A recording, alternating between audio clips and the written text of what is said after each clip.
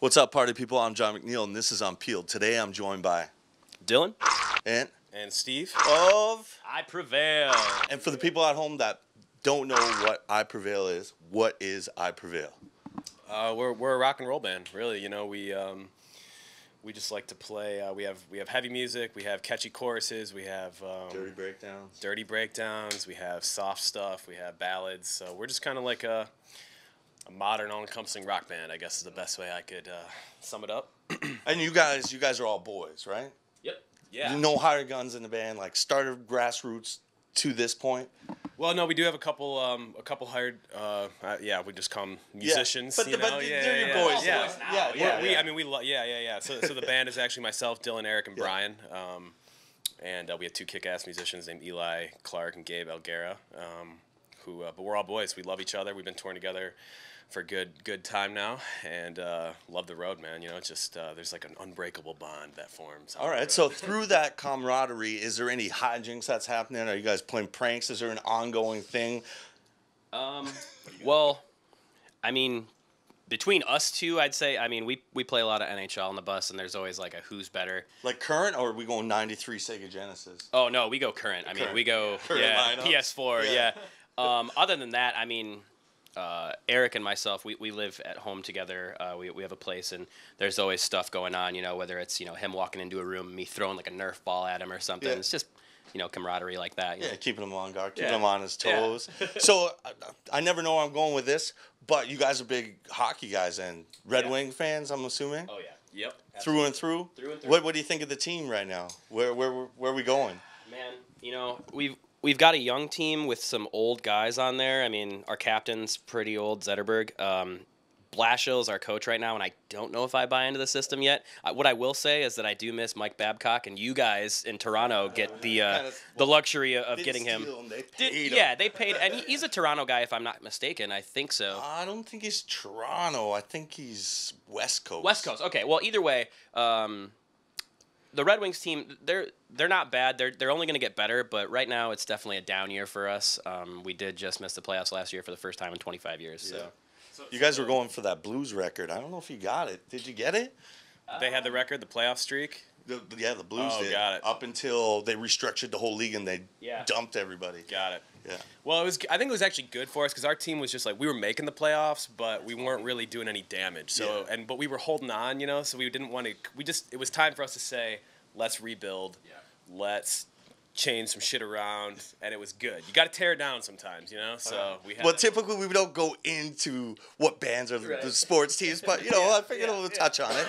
But what I do want to touch on is your social media presence is unreal. Like I think Instagram alone is 162,000. How have you guys been able to grow that in such a short time? Yeah, well, thanks for saying that. So we, from day one, really, we focused on Facebook. You know, we saw that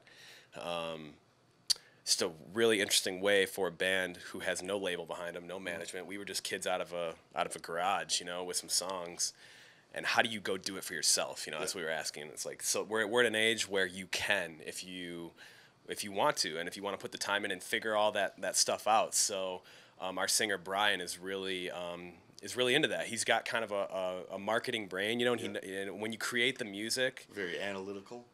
In a way, yeah. When you create the music, I guess this is the best way I can put it.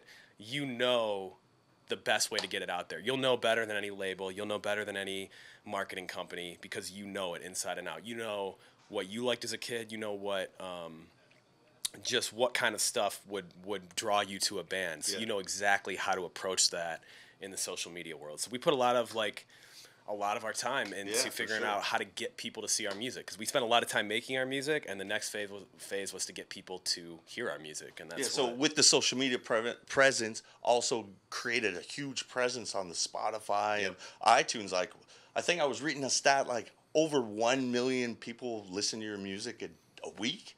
Yeah, I think they do monthly listeners. Yeah, it's isn't that crazy? Like coming from like a garage band to think like, you know, maybe it's the same person listening to 1 million times, but 1 million, you know what I mean? Like you're reaching people. I mean, that's the weird thing about this business is like it's kind of the law of big numbers. Like you just kind of start to lose, like as a human being, you're not really meant to grasp what millions and hundreds of thousands means in terms of like, because we used to look at it like these are people, you know, like because we meet people every day. We do meet and greets, we do shows, we do. So we've met so many kids and fans just one-on-one. When you start to think about the big numbers of it, it kind of messes with your head. Yeah. But it's a great thing, man. You know, we're just trying to reach people and like impact people the way our favorite bands impacted us, and like just to know that we're having some impact out there on. So let's go off of what you said. Some of those bands. Who are those bands that you've yet to play with that you want to play with? Share that stage with. Well, I mean, we have played a couple of festivals with a lot of big bands that we really look up to, but to be able to like, you know, maybe go out and do a support tour with them, you know, bands like Slipknot, Avenged Sevenfold, Breaking Benjamin. I mean, it's just all a big part of the fondue pot that is, you know, all of our influences. But yeah, I mean, it's cool to be out with the tour package that we are out with, because I know, being from the Detroit scene, We Came as Romans was a big influence on our band, being also a frontman band. So it's really cool to have them come out and kind of like share the experiences with them and almost get, you know, a lot of their tricks of the trade, and like we tell them, you know, what we've learned so far. So it's really, really cool experience so far on this tour. That's cool. Yeah, it's kind of like we have this weird combination of like kind of this whole rock scene, you know, and also this whole Warped Tour scene. So like a lot of our influences come from, they're kind of split, you know, like we all love Linkin Park, we all love Breaking Benjamin, we all love, you know, even like there's Five Finger influences, there's like I know Eric is so and then we also have like our whole Warped Tour scene where it's like the We Came as Romans, A Day to Remember. And those were all the bands that we grew up listening to, and I think that's reflected in our music. We walk that line between both sides, and so to be able to tour with either side of that spectrum would be pretty insane. Yeah, that'd be awesome. What is the next goal? Like, where do you see this going? What is the mission? Yeah. So, you know, we've been touring this cycle for over a year now, and actually our debut album, Lifelines, came out almost a year ago. Almost. It'll be a week. Next week, it'll be a year. 21st, right? Yeah. So, and this tour will take us through the end of the year, and we're ready to go make another record, to be honest. So we're definitely feeling inspired. We definitely have a lot of shit to say about just our ride through this whole thing, and that's kind of what's next for us, you know, like.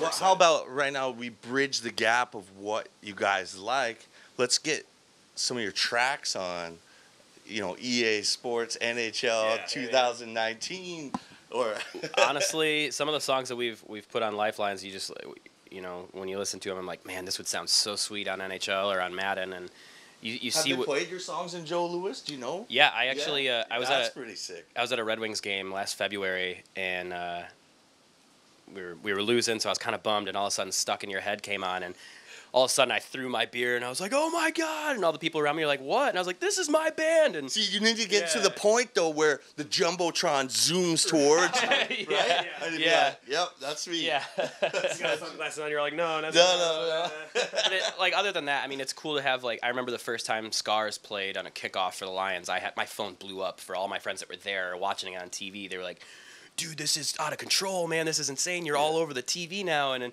it's a really surreal feeling, but it's nice to know that, you know, that we can provide that kind of hype up music for specifically our city, because at the end of the day, I Prevail, you know, we try to embody, you know, growth in Detroit and like what it's gone through and still prevailing through it. That's kind of where our name comes from. So that's really cool. Yeah. If people are going to find out more information about you guys online, where are they going?